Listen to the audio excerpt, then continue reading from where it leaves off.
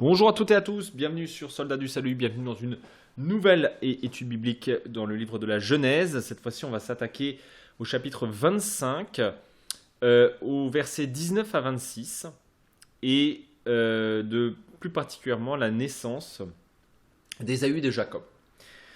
Alors, on nous parle ici un peu de la question de la généalogie d'Isaac. Donc, comme je le dis à chaque fois, évidemment, lisez le passage avant d'écouter le commentaire parce que sinon, ça n'a pas trop d'intérêt. C'est important que vous imprégniez vous-même du texte. Et on commence tout de suite en nous présentant la généalogie d'Isaac, fils d'Abraham. Alors, il y a une chose qui est déjà intéressante, c'est de voir cette question des généalogies. C'est quelque chose qui j'ai envie de dire, ponctuer, qui ponctue, c'est pas j'ai envie de dire, c'est quelque chose qui ponctue tout le livre régulièrement le livre de la Genèse. Donc on parle au début dans Genèse 2, de la généalogie du ciel et de la terre, quand on présente en fait l'être humain. La généalogie d'Adam en Genèse 5, la généalogie de Noé au chapitre 6, la généalogie des fils de Noé au chapitre 10, quand on parle de ce qu'on appelle la table des nations, la généalogie de Sem, donc du fils de Sem, en Genèse 11, la généalogie de Téra en Genèse 11, qui est donc qui est le père d'Abraham, et puis cette généalogie d'Ismaël et d'Isaac, qui sont tous les deux les fils d'Abraham, donc en Genèse 25. On a présenté juste avant la généalogie d'Ismaël et puis celle d'Isaac. Je voudrais juste noter que ces généalogies d'Ismaël et d'Isaac sont les 7e généalogies de la Bible. Donc je trouve ça assez intéressant. Celles d'Ismaël et d'Isaac sont un peu les 7e. Tous les deux sont fils d'Abraham. Mais la chose qui est très intéressante, et c'est la première fois que ça arrive, c'est que celle d'Isaac commence par la notion Abraham engendra Isaac. Ce qui est en fait très intéressant parce que j'ai envie de dire, en fait, si vous vouliez commencer une généalogie d'Isaac, vous diriez, bon, admettons un peu d'ailleurs ce qui se passe avec Ismaël, généalogie d'Ismaël, fils d'Abraham, et on commence en disant, Ismaël engendra, tac, d'accord ? Mais ici, on dit, généalogie d'Isaac, fils d'Abraham, Abraham engendra Isaac. On commence par Abraham, ce qui est une forme un peu ici de contradiction. D'accord ? Et je pense que cette contradiction, en fait, a pour but de renforcer le lien entre Abraham et Isaac. D'accord ? D'ailleurs, en fait, on parle peu d'Isaac. Isaac va, comme je l'ai dit lors de la dernière étude biblique, va surtout en fait avoir pour but, si vous me permettez l'expression, en fait, d'avoir un peu cette question de transmission. D'accord ? Et ici, on démarre d'ailleurs, parce qu'on ne dit pas grand-chose en fait, de cette généalogie, mais simplement le fait que Isaac avait 40 ans quand il prit femme. Cette femme, donc, c'est évidemment c'est Rebecca, comme on l'a vu au chapitre 24, hein, tout cet épisode avec Eliezer qui va chercher Rebecca. Et donc Isaac se marie 35 ans avant la mort d'Abraham, si on fait un peu le calcul. Hein. C'est à peu près 35 ans avant la mort d'Abraham. Et donc, aussi, comme je l'avais noté à l'histoire de la mort d'Abraham, Abraham a probablement vu naître Jacob et Ésaü. Hein. En tout cas, ce qui est intéressant, c'est que ici, Sarah est stérile, qui, et on l'avait vu lors du dernier épisode, ça contraste évidemment avec la fertilité d'Abraham et d'Ismaël. Ça, c'est au verset avant. Abraham et Ismaël ont pas mal d'enfants. Lui, Isaac, est stérile. Et il fait une prière. C'est pas lui qui est stérile, c'est Rebecca, mais en tout cas, il ne peut pas avoir d'enfants. Et il fait une prière. Et cette prière est efficace. D'accord ? Exactement comme d'ailleurs Abraham avait prié pour la fertilité d'Abimelech. Et on voit toujours cette dépendance. En fait, Isaac va continuer cette voie de la dépendance par rapport à Dieu. En fait, ils vont apprendre à vivre avec le fait qu'avoir des enfants, c'est pas quelque chose de normal, j'ai envie de dire. Évidemment, pour Ismaël, c'est quelque chose de normal, c'est dans l'ordre des choses, mais eux, c'est un peuple qui va, c'est pas normal. Enfin, à vue humaine, c'est pas quelque chose de, voilà, à vue humaine, c'est plus une espèce d'histoire d'échec dans lequel Dieu va intervenir perpétuellement. On voit de la dépendance en fait, hein, de l'intervention de Dieu, toujours dans cette attente de l'intervention de Dieu. Et puis au verset 22 va venir quelque chose d'assez intéressant. C'est cette question que les deux enfants, puisqu'elle attend des jumeaux apparemment, les deux enfants se heurtent en elle.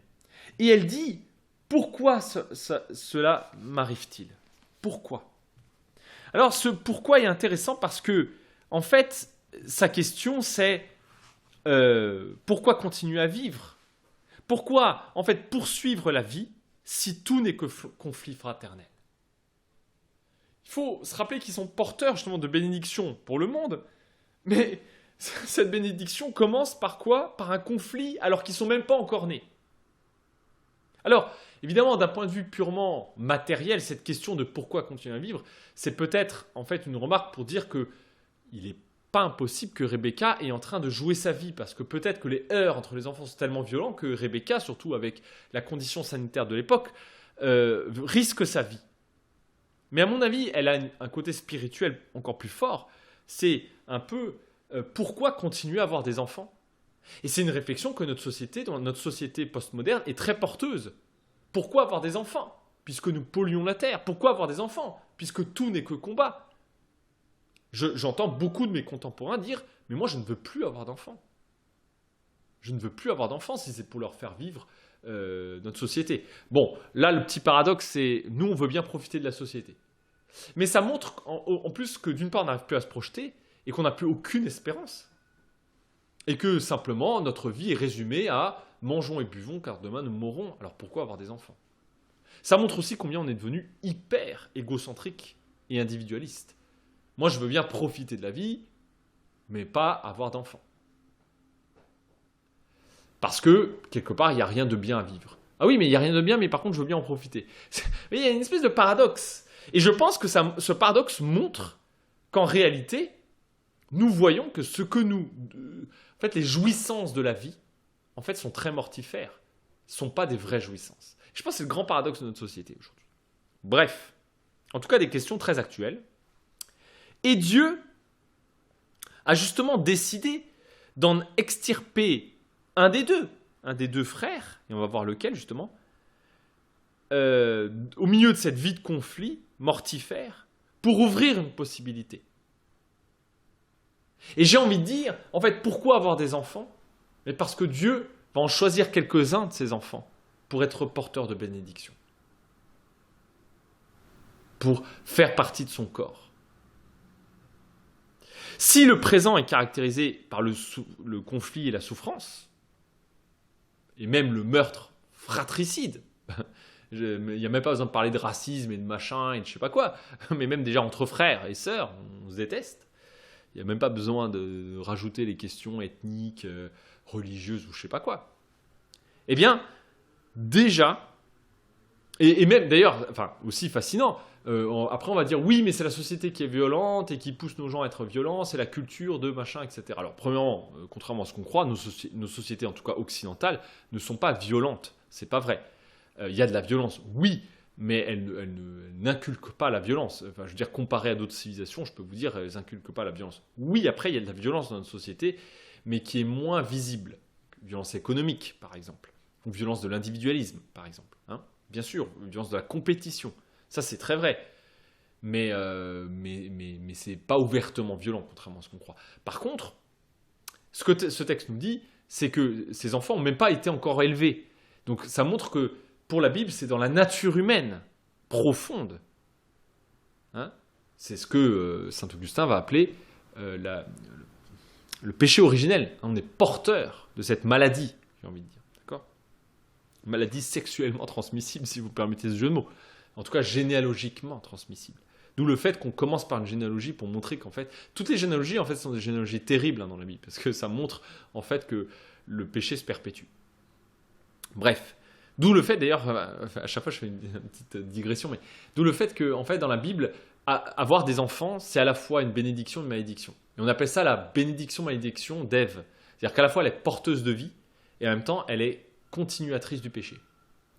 Et même si aujourd'hui ce sont des gens plutôt dans des courants, enfin des jeunes générations sensibles à la question écologique qui se demandent si peut-être ne pas avoir d'enfants c'est la chose qui aurait plus d'impact sur l'écologie, ce qui d'un point de vue purement technique est vrai. Mais alors là, pour le coup, ça pose des questions extrêmement profondes. Et à ce moment-là, pourquoi pas tous se suicider? Et là, on voit combien notre société manque d'expérience. Et nous, les chrétiens, c'est que nous disons non, mais en fait, la bonne nouvelle, c'est que Dieu a décidé de ne pas nous abandonner. Nous croyons que Dieu ne nous a pas abandonnés. Et donc, continuons à avoir des enfants, tout simplement pour laisser cette possibilité d'un autre futur possible. Parce que, comme on dit souvent les politiciens, la seule bataille qu'on est sûr de perdre, c'est celle qu'on ne mène pas. Si vous n'ouvrez pas une possibilité, alors c'est sûr qu'il n'y aura aucune possibilité. Vos enfants n'ont aucun avenir si vous ne faites pas d'enfants. Ça, c'est sûr et certain. Et il n'y aura pas d'avenir pour la société si on n'en fait pas. Voilà, je perds la parenthèse. Et donc, si le présent est caractérisé effectivement par le conflit et la violence, ils ne définissent pas, ils ne le définiront pas éternellement, et en tout cas, ils ne définiront pas le futur. Nous croyons dans l'avènement d'un futur, dans l'avènement d'un temps qui ne sera pas caractérisé par le péché. Dit autrement, si effectivement la nature humaine est profondément belliqueuse, en conflit, et même d'ailleurs en souffrance, en même temps, un jour Dieu consolera toute larme. Un jour, les temps seront consumés, et l'avènement des temps nouveaux sera plein et entier. Si nous n'avons plus cette espérance, alors c'est terrible. Et je crois que ce qui caractérise notre société, c'est que nous n'avons plus d'espérance. Il fut un temps, il n'y avait pas que l'espérance chrétienne, il y avait d'autres espérances. Il y avait l'espérance communiste, il y avait l'espérance moderne, du progrès, il y avait etc. etc. Enfin, il y avait plusieurs espérances qui étaient un peu en conflit d'ailleurs. Ce qui est terrible aujourd'hui, c'est qu'on n'en a plus. et franchement, des fois, j'en suis à me demander, c'est quoi le pire? Avoir une mauvaise espérance ou ne pas en avoir du tout? Je ne sais pas ce qui est le pire. Parce que des gens qui ne se projettent plus, c'est des gens déprimés. Et moi, je me demande si notre société n'est pas déprimée profondément. Enfin bref, passons. Voilà, beaucoup de réflexions. Et donc, elle va voir, on nous dit, donc je reviens au texte, Rebecca dit à quoi bon, tout ça. Et verset 23, elle va consulter le Seigneur. Et le Seigneur lui dit, 2 nations sont dans ton ventre, 2 peuples se sépareront pour sortir de ton sein. Et un de ces peuples sera plus fort que l'autre, et le grand servira le petit. D'accord ? Je fais juste une toute petite parenthèse parce que j'ai oublié quelque chose de très important. Le mot en grec qui est utilisé, c'est le mot pour parler de, vous savez, qui se heurtent, qui se battent, qui bougent dans le ventre. C'est le mot skiréao. D'accord, en grec, qui veut dire tressaillir. C'est exactement le même mot qui va être utilisé en Luc 1, 41, quand on parle que dans le ventre, vous savez, ça tressaille de joie.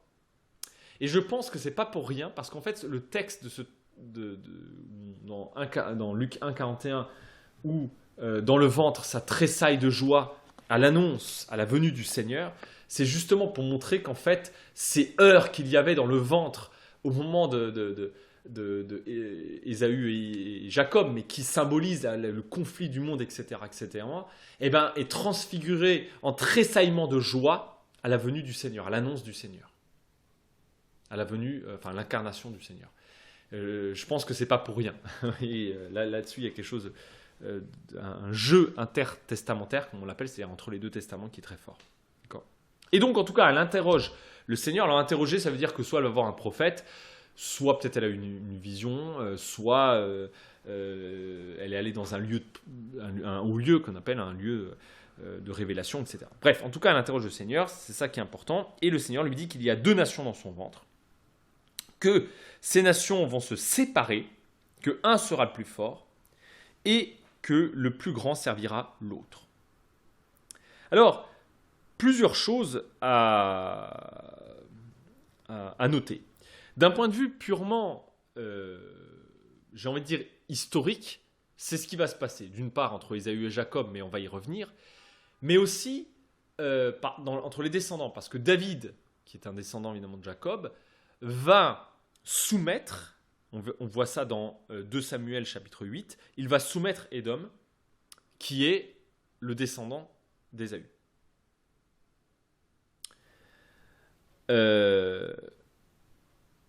Et également, ce qui est assez important, c'est que ça casse l'ordre familial. Parce que l'ordre familial, c'est que le plus grand doit soumettre les autres. C'est l'aîné qui est porteur de la bénédiction. Et en fait, est porteur du droit d'aînesse, porteur de la bénédiction. Et en fait, cet ordre va être cassé. On va le voir plus tard. Mais ça montre que ce qui va se passer à cause de la sournoiserie de Jacob, en réalité, était déjà prévu par Dieu. Il y a ici une espèce de prophétie. D'accord ? Et c'est aussi quelque chose qui est dans l'ordre de l'avènement du royaume, qui casse les logiques humaines, qui vient renverser les logiques humaines. Voilà.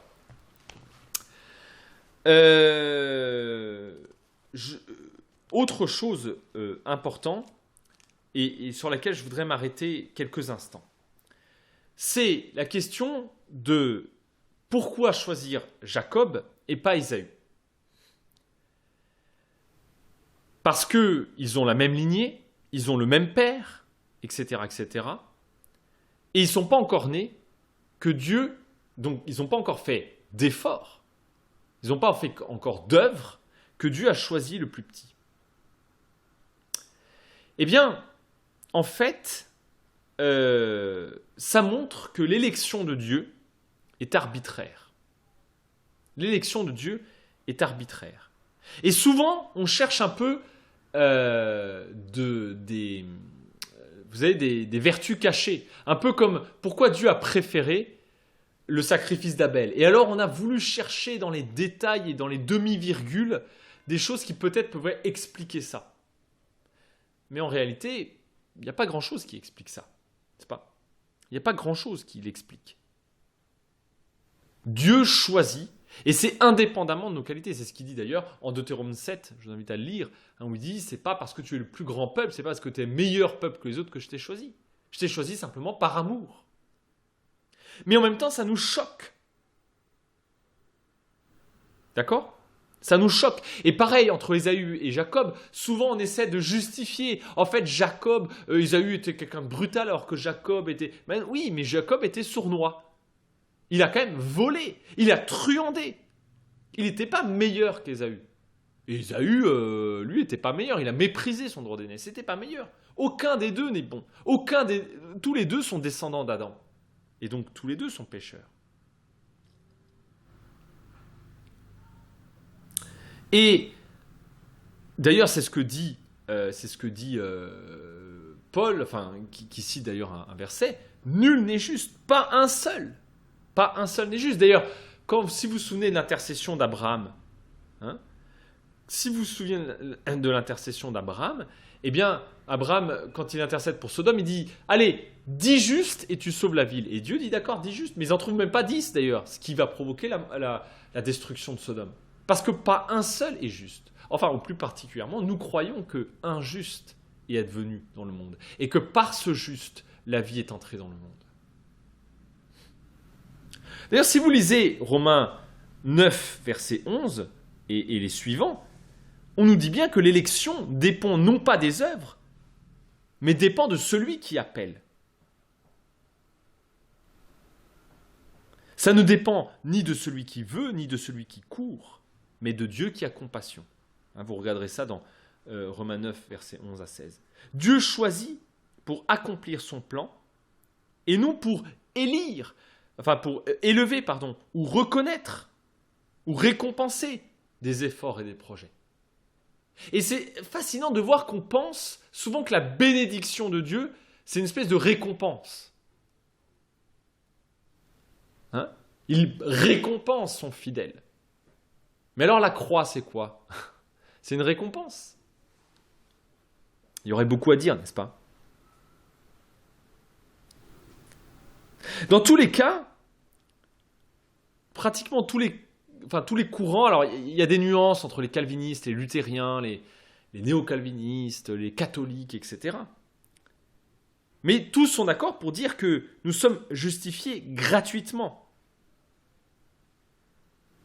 Et que la foi vient de la grâce. Mais pourquoi ça nous choque, en réalité, tout ça? Parce que en tant qu'homme, en tant qu'être humain, nous choisissons pour une raison, sans prendre en considération le résultat. En fait, souvent, il y a une raison pour laquelle on va faire des choix. Et c'est humain. Alors après, les raisons, on peut les donner après coup. On regarde, on dit souvent, l'avenir nous donnera raison, n'est-ce pas? Donc elle n'est pas forcément avant. Et on pense que un choix arbitraire de Dieu, c'est-à-dire sans raison, Dieu nous aime sans raison, en fait, ça montre une certaine forme d'instabilité et une certaine indifférence de Dieu. Comme si on était un peu des pions sur un échec. Mais en fait, si justement, en voyant la nature humaine, et là qui est symbolisée par ces heurts, ces tressaillements dans le ventre de Rebecca, eh bien justement, en fait, vu notre nature, c'est plutôt une bonne nouvelle que Dieu nous aime sans raison. Parce que sinon, Dieu ne nous aimerait pas. En fait, vu la nature humaine, c'est déjà un miracle qu'on soit encore en vie. C'est déjà un miracle. Et c'est une bonne chose que Dieu décide de nous aimer non selon nos mérites, notre justice, notre bonté ou même notre piété, mais que Dieu nous aime sans raison, sinon on serait déjà mort. Seul l'amour de Dieu, malgré tout, permet d'être en communion avec lui. Et cet arbitraire de Dieu, ce sans raison de l'amour de Dieu, montre en fait que ces aimés ne méritent pas son amour. Et aussi, cet amour, c'est pas un amour abstrait, mais c'est un amour face à face. D'ailleurs, il a souffert pour montrer son amour. Hein, je dis souvent, vous savez, aimer, c'est souffrir. Et celui qui nous le montre peut-être le mieux, c'est celui qui a su nous aimer jusqu'au bout. C'est celui qui a souffert par notre faute. Et non seulement par notre faute, mais pour nous aussi. Hein, c'est ça la croix. À la fois, il a souffert à cause de nous, mais aussi pour nous. Vous savez, si on aime quelqu'un pour une raison, la beauté, l'âge, la vertu d'une personne, ses vertus, c'est-à-dire ses qualités, sa beauté intérieure, comme on dit aujourd'hui, mais alors, il faut se faire peur. Parce que cet amour est instable au changement. Si on aime quelqu'un pour une raison, et pas pour ce qu'on est. Or, plus l'amour est pur, plus il est sans raison, plus il est inscrutable, plus il est, d'un certain point de vue, irrationnel. Mais ça nous fait peur, l'irrationalité de Dieu. Sauf si on a confiance que sa rationalité ou que sa sagesse qui nous paraît folie est bien plus sage que notre sagesse. Et que sa faiblesse est plus forte que ce que nous croyons être nos puissances. N'est-ce pas? Si vous dites que vous aimez une femme pour sa beauté, hein, ah je t'aime, tu es tellement belle, je t'aime pour ta beauté, je t'aime parce que tu es une bonne personne. Mais le jour où elle n'est plus une bonne personne, qu'est-ce qu'on fait? On ne l'aime plus? On se rend compte que c'est pas tout à fait ça en fait. Et donc en fait on l'aime peut-être plus que pour sa beauté, ou même sa beauté intérieure.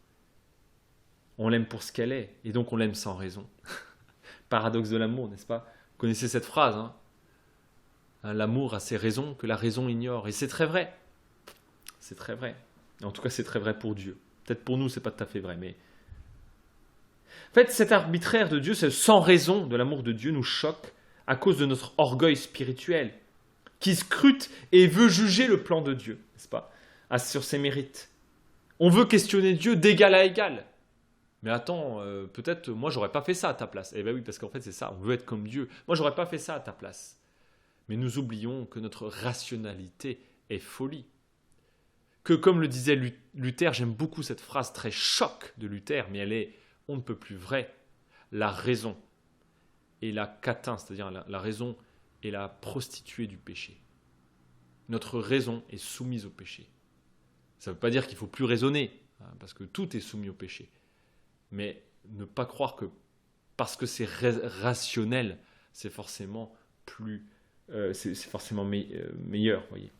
C'est ça que ça veut dire. C'est que notre rationalité n'est pas exempte de péché. Le péché s'adapte à tout. Vous savez, nous ne pouvons être que le réceptacle de l'amour sans raison de Dieu. Et on préférait que Dieu nous aime pour une raison. Mais c'est très dur d'être le réceptacle d'un amour sans raison, d'un amour scandaleux. Si vraiment on percevait véritablement ce qu'est l'amour de Dieu, alors l'amour est scandaleux. L'amour de Dieu est scandaleux. Vous savez, au fond, nous, on trouve qu'en réalité, Dieu peut nous aimer, nous. Mais si je vous dis que quelqu'un qui vous a fait beaucoup de mal, peut-être la personne que vous détestez le plus au monde, Dieu l'aime sans raison. Alors là, c'est scandaleux. C'est scandaleux. Parce qu'on pense au fond que l'amour doit se mériter quand même un peu. Nous avons notre conception de la justice et de la manière dont le monde devrait être dirigé, avec nos attentes. N'est-ce pas? Mais le fait que Dieu puisse finalement... pour nous, c'est absolument insupportable. Insupportable que l'on puisse voir Dieu aimer sans raison. Ça aussi, ça fait penser un peu aux ouvriers un peu de la 11e heure, n'est-ce pas? Si nous sommes appelés à être participants de la nature divine, eh bien, nous sommes appelés à goûter, à être réceptacles. En fait, on ne peut comprendre l'amour de Dieu qu'en apprenant à le recevoir, pas en essayant de le comprendre. Et trop de gens essayent de comprendre l'amour de Dieu.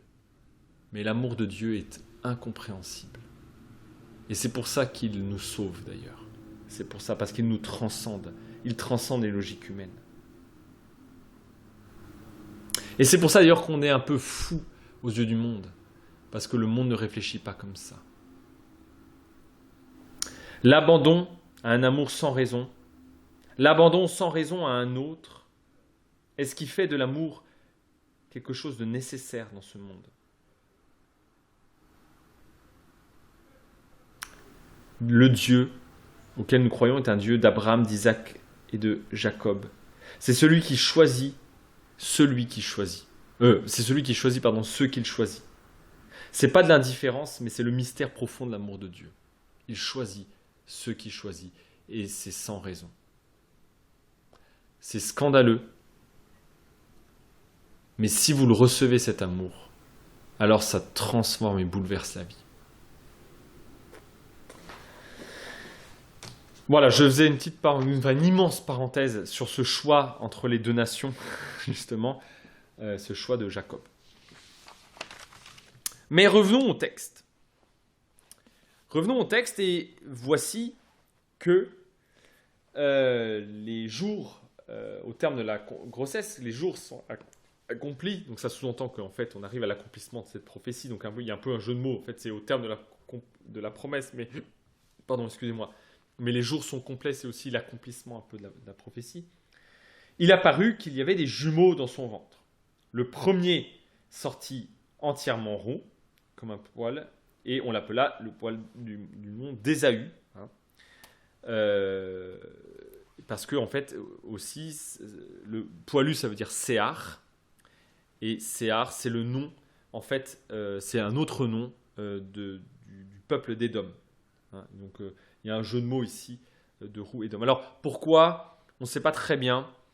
Et c'est alors il y en a qui disent c'est à cause des montagnes de Séhir parce que les montagnes en fait étaient rougeâtres. D'autres qui pensent c'est parce qu'ils avaient une pigmentation de la peau un peu particulière qui pouvait faire penser au rouge.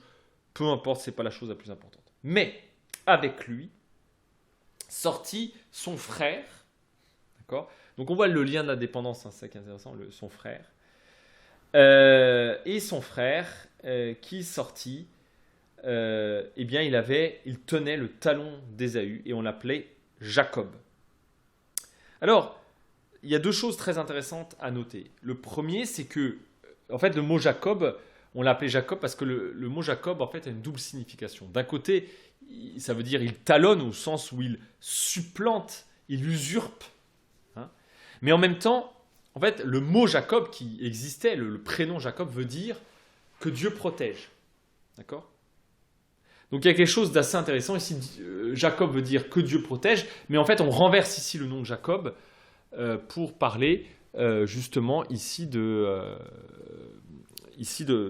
pour parler du talonnement en fait, de l'usurpation de Jacob. Donc c'est ici il y a une espèce de jeu de mots intéressant. Mais l'autre chose c'est l'histoire du talon, parce que le talon ça fait référence évidemment à Genèse 13 verset 15 où il y a cette prophétie à Ève, on dit que la descendance d'Ève, eh bien écrasera la tête de la descendance du serpent. Et donc, ça fait référence ici, on est dans la continuité de l'accomplissement de Genèse 13, 15. D'accord. Bref, après ces noms, les garçons grandissent, ils se développent, et Ésaü est un habile chasseur, c'est quelqu'un plutôt de sauvage, quelqu'un proche de la nature, là où Jacob est plutôt dans les tentes, c'est-à-dire quelqu'un plutôt de tranquille, plutôt avec une image liée à la culture, si vous voulez, c'est un peu la nature contre la culture ici. Hein. Mais alors quelqu'un qui va d'ailleurs plutôt représenter, si vous voulez, là où Ésaü plutôt représentait chasseur, lui c'est plutôt le berger, va représenter la culture face à la force brutale. Mais aussi la tactique, donc la sournoiserie de la culture, n'est-ce pas? Et Isaac va préférer Ésaü parce que à cause de sa chasse, il se nourrit de la chasse, là où Rebecca va préférer Jacob. C'est fort intéressant parce que c'est Jacob qui va être porteur et pas Ésaü qui va être porteur de la bénédiction de Dieu. Et c'est intéressant parce qu'en fait, Isaac est détourné ici d'un regard spirituel à cause de la nourriture d'Ésaü. Et on voit combien le confort humain peut nous en fait, détourner nos yeux spirituels de qui est vraiment le récepteur ici de l'amour, sans raison, de Dieu. Là où Rebecca, elle a fait le cheminement aussi d'Abraham. Bon, après cet amour n'est pas pur parce que évidemment cet amour va pousser Rebecca à entrer dans un plan tacticien, l'amour rend aveugle aussi. Bref, passons. Et donc, Jacob cuit les denrées, il cuit, et pendant que Ésaü est à la chasse, c'est une espèce de soupe ou un ragoût. Bon, en fait, on ne sait pas très bien ce que c'est. Mais peu importe, en tout cas, c'est un plat. Et Ésaü est épuisé, hein, proche de la mort. C'est vraiment un mot très fort. C'est épuisé au sens... Enfin, ouais, proche de la mort. Presque, il expire. Hein. Voilà, il est en train de presque mourir. Et ici, eh bien, il demande à son frère, eh bien, est-ce que, voilà, est-ce que je peux avoir vent moi, est-ce que je peux avoir de ton potage roux, car je suis épuisé. Et Jacob dit, bien d'accord, vends-moi ton droit d'aînesse. Alors, il y en a qui se sont demandé, est-ce que c'est peut-être un piège que Jacob faisait? Parce que peut-être qu'il voyait qu'Ésaü rentrait complètement lessivé, et que voilà, le fait de lui donner un plat, peut-être il avait déjà cherché. Bon, on ne sait pas trop. Hein. Mais en tout cas, il y a peut-être ici quelque chose qui a de l'ordre de la lecture spirituelle, mais j'y reviendrai à la fin. Et donc, il lui dit, voilà, fais-moi à manger, qui peut aussi se traduire par, voilà, nourris-moi, et donc en échange de ce droit d'aînesse. Et lui, il lui dit, ben, finalement, moi je vais mourir, à quoi me sert ce droit d'aînesse, hein?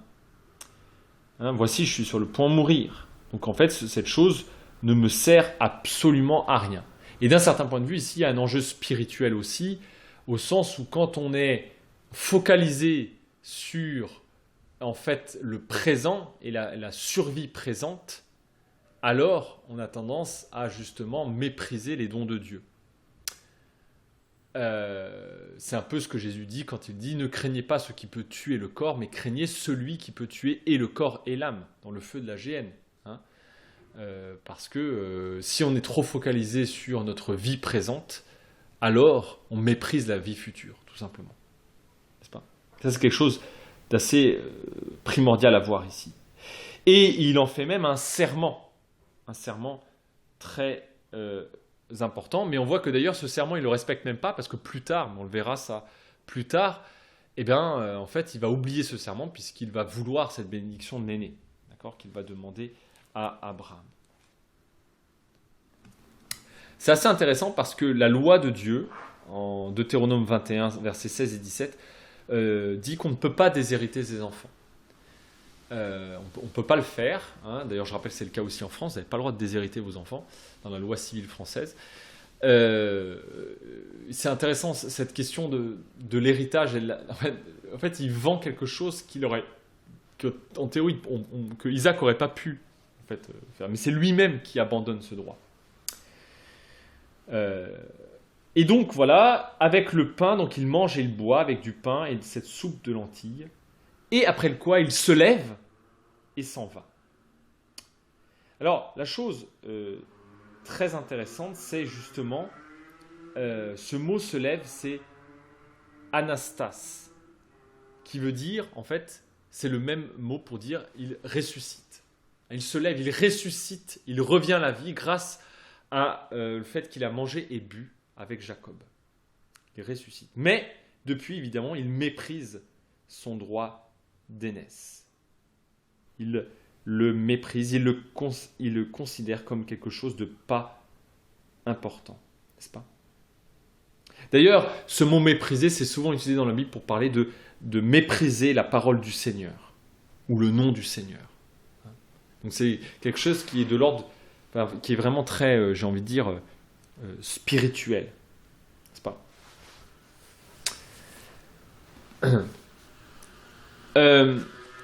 Je voudrais peut-être juste m'arrêter sur cette chose, parce que ce qui est paradoxal, c'est que c'est en servant son frère que Jacob va le renverser de son trône. Et ça, c'est quelque chose de son trône de droit d'aînesse. Et ça, c'est quelque... En fait, Jacob, dans toute enfin, je cherche le mot, dans toute son côté dégueulasse, vous voyez, son côté absolument abject, d'avoir volé ce droit d'aînesse, d'avoir profité et que l'autre soit... Ben en fait, en même temps, malgré lui, il prophétise ce qui va arriver. C'est l'avènement de celui qui, par son service, eh bien, va détrôner les puissants. Face à la puissance d'Ésaü, Jacob est non puissant. Mais en même temps, cette non-puissance va renverser la puissance d'Ésaü. Même si c'est pour des très mauvaises raisons ici, n'est-ce pas? Il y a quelque chose de l'ordre du renversement du Christ. Et d'ailleurs, on dit que Ésaü mangea et but. Hein, ça fait référence un peu à ce repas de Jésus et des disciples, hein, à cette scène avant la crucifixion, n'est-ce pas? À cette communion où on est appelé à se nourrir du Christ. N'est-ce pas? Vous savez que Jean, dans son évangile, il ne parle pas de la scène, parce que lui... En fait, pour lui, la scène, c'est pas simplement un repas. D'ailleurs, il le remplace par le lavement des pieds. Parce que pour lui, c'est pas simplement un repas. C'est la vie du Christ. D'ailleurs, il dit, vous devez me boire et me manger. Hein, c'est Jésus qui dit ça. Et d'ailleurs, ça fait scandale. Hein, se nourrir de la vie du Christ. Ici, il y a, à mon avis, un peu cette posture prophétique ici. Mais en même temps, et c'est ça qui est très intéressant, c'est que c'est la prophétie de Dieu, celle que Dieu avait donnée à Rebecca, qui pousse l'esprit de résistance et qui pousse le drame, et j'ai envie de dire, est intensifié entre la vie et la mort. En fait, c'est ça qui est fascinant, c'est qu'en fait, ça pousse l'esprit de résistance, la prophétie, n'est-ce pas? Mais Ésaü ne veut pas participer au plan de Dieu et sombre dans le contre-plan du démon. Il n'y a pas de troisième voie. En fait, malgré lui, Ésaü accomplit le plan ici, que le grand servira le petit. Le petit n'est pas meilleur que le grand, mais le petit a été choisi par Dieu. Et malgré, en fait, j'ai toujours cette image, c'est un proverbe de la Bible, j'ai plus le texte exact du proverbe, mais Marx disait ça, alors c'était dans son idéologie à Marx, mais peu importe, on peut la reprendre, parce qu'il disait c'est les hommes qui font l'histoire, mais ils ne savent pas l'histoire qu'ils font. Alors lui, c'était dans son idée de l'avènement, de la dialectique de l'histoire et de l'avènement de la révolution, etc. Mais au-delà de ça, pour nous qui sommes croyants, nous pensons que c'est les hommes qui font l'histoire dans leur petitesse et dans leur abjection, dans leur côté abject, je veux dire. Mais en même temps, ils font l'histoire de Dieu. Ils ne savent pas l'histoire qu'ils font. C'est-à-dire que c'est eux qui font l'histoire, mais ils ne savent pas l'histoire qu'ils font. Et ça, c'est quelque chose d'absolument essentiel. Le péché humain a un rôle dans le plan de Dieu. Ésaü a tort de rejeter la bénédiction de Dieu. Mais à cause de sa fixation sur sa faim charnelle, sa faim, j'ai envie de dire, brute, alors cela libère le passage à la promesse pour passer à Jacob. Le péché est bien réel, mais en même temps, il est aussi détourné par Dieu. Et c'est ça qui est, je trouve, c'est ce qu'on appelle souvent en latin une felix culpa, une faute heureuse. Parce que Dieu, en fait, reste souverain. Ésaïe a fait le mal, mais Dieu l'a tourné en bien. Évidemment, ça fait penser, d'une part, à Joseph et ses frères, ce que Joseph va dire, on m'avait fait du mal, mais Dieu l'a tourné en bien. Mais ça fait aussi penser à Caïn et Abel, puisque, en fait, ce faisant, eh bien, on prophétise, en fait, l'avènement du sang du frère, qui est une protection pour Caïn. Bon, je n'ai pas le temps de développer ce thème. Voilà, quelque chose, et on va voir comment ça va se développer plus concrètement, parce que ça ne va pas juste se boucler comme ça. Mais en tout cas, ça nous donne des éléments un peu de réflexion sur cet amour sans raison de Dieu, et de comment la prophétie de Dieu, en fait, s'accomplit malgré tout, malgré, en fait, tout simplement le péché humain, et même retournant, transfigurant le péché humain, comme quelque chose qui fait avancer. Et en même temps, comment aussi les prophéties excitent, j'ai envie de dire, le péché dans sa résistance. En fait, ça va créer des espèces de grandes tensions, mais ces tensions vont faire avancer le plan de Dieu. Voilà pas mal de choses. J'arrête là et je vous dis à la prochaine pour une nouvelle étude biblique. Mais d'ici là, restez sang et feu.